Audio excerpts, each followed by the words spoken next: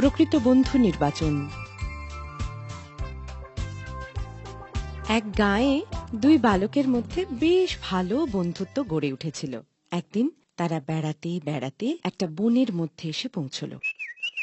এমন সময় তারা দেখতে পেল একটা ভালুক তাদের দিকেই আসছে। এই দেখ দেখ দেখ দেখ, একটা ভাল্লুক আমাদের দিকে আসছে রে। ওরে বাবা, এই ভাবিস কেন? পালা রে, পালা পালা পালা। দুই বন্ধুই প্রাণ ভয়ে পালাতে লাগলো। ওদিকে ভালুকটাও পিছু ছাড়লো না।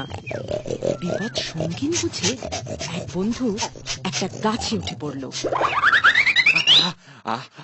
আরাম হয়ে ভাল্লুক ছুঁতে পারবে না।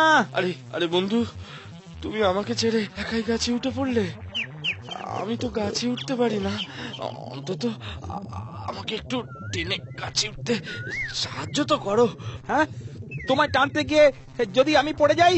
না না না, আর সময় নষ্ট করা চলবে না। দ্বিতীয় বন্ধুটির মাথায় একটা বুদ্ধি এলো। তার একটা কথা মনে পড়ে গেল, ভালুকেরা মরা মানুষ বা প্রাণী ছোঁয় না। সে তখনই তার উপস্থিত বুদ্ধির বলে মরা মানুষের ভান করে মাটিতে শুয়ে পড়ল।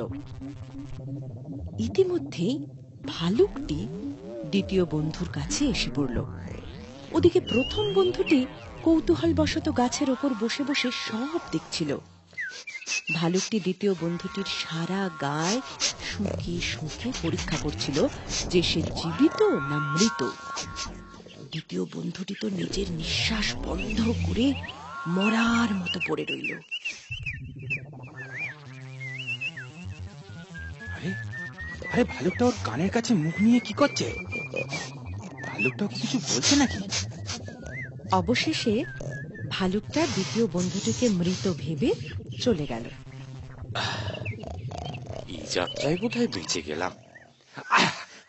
আরে বন্ধু, হ্যাঁ ভালুকটা চলে যাওয়ার আগে তোমার কানে কানে কি যেন বলে গেল মনে হলো। হ্যাঁ, বলে গেল বই কি। কি বললো? ভালুকটা বলে গেল, যে বন্ধু বিপদের সময় অপরকে ফেলে দিয়ে পালায় তার সঙ্গে কখনো বন্ধুত্ব করো না।